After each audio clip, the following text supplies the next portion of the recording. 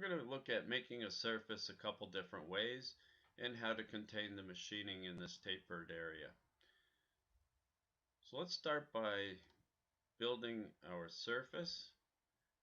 So we're going to start with the geometry, trim and extend. We're going to click on the arc and carry it out to over here. Okay, now a ruled surface only requires two curves. So we're going to go and make a new curve. We'll start here and work our way over here. Make our second curve. Now our start point has to match the start point on the first curve. If I come over here and flip-flop it, you're going to get a twisted surface.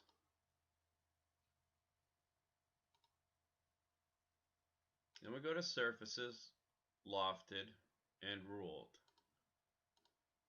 You can select on the screen your curves and hit OK.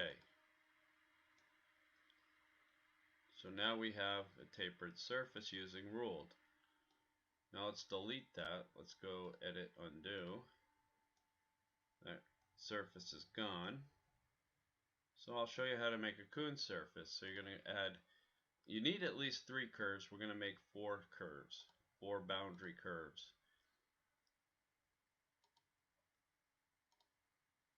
Same rule applies to Coons as it does Lofted. My start point was at the bottom and I came up, so the other side has to match as well, or it would become twisted. Choose a Coon surface. Now longitudinal curves, they can apply either both sides or up and down. It doesn't matter. So we'll pick these two ends and we're going to go to transverse and pick these two.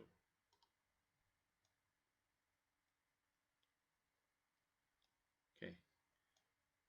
Now that I've created our tapered surfaces, we're going to apply those to our machining.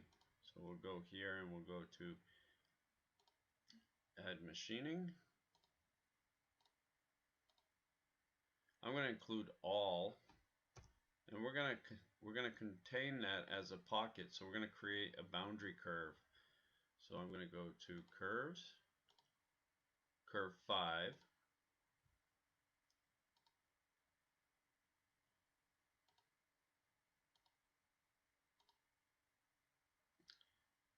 Now our machining, we're just roughing a pocket. We'll use a 1/2-inch ball. Our Z step is 10 thousandths, and we're leaving 10 thousandths finish. So let's do it without adding the path we created.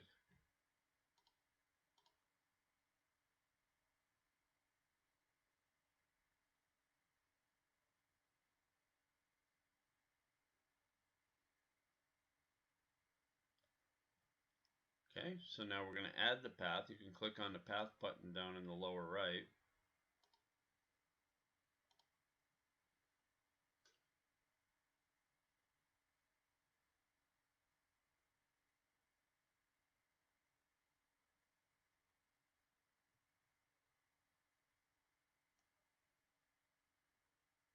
And now we have our rough machining. Thank you for watching.